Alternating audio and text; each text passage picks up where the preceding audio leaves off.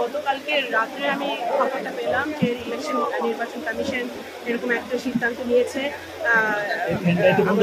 সীমানা পুনর্নির্ধারণের ক্ষেত্রে। তো সেই ক্ষেত্রে অবশ্যই ভাঙ্গাবাসীর জন্য এটা একটা উদ্বেগের বিষয়।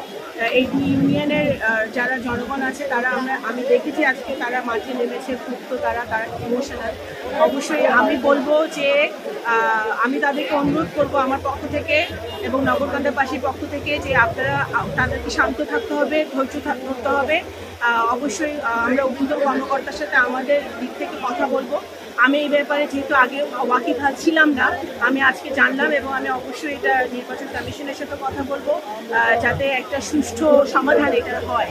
কারণ ভাঙ্গাবাসী সারা জীবন ইউনিয়ন ভাঙ্গার সাথে ছিল এবং হঠাৎ করে এই পরিবর্তনটা নির্বাচনের ঠিক অল্প কয়েকদিন আগে এটা ওদের জন্য সমস্যা হবে এবং সার্বিকভাবে এই এলাকার উপরে একটা বিরূপ প্রভাব পড়তে পারে। তো আমি আমার পক্ষ থেকে এতটুকুই আজকে বলতে পারি, যেহেতু আমি এখনো নির্বাচন কমিশনের সাথে কথা বলার সুযোগ হয়নি, আমি বলতে পারি যে ভাঙ্গাবাসী ধৈর্য ধারণ করুক, খুব শিগগিরই এর একটি সমাধান নিশ্চয়ই আসবে। ধন্যবাদ।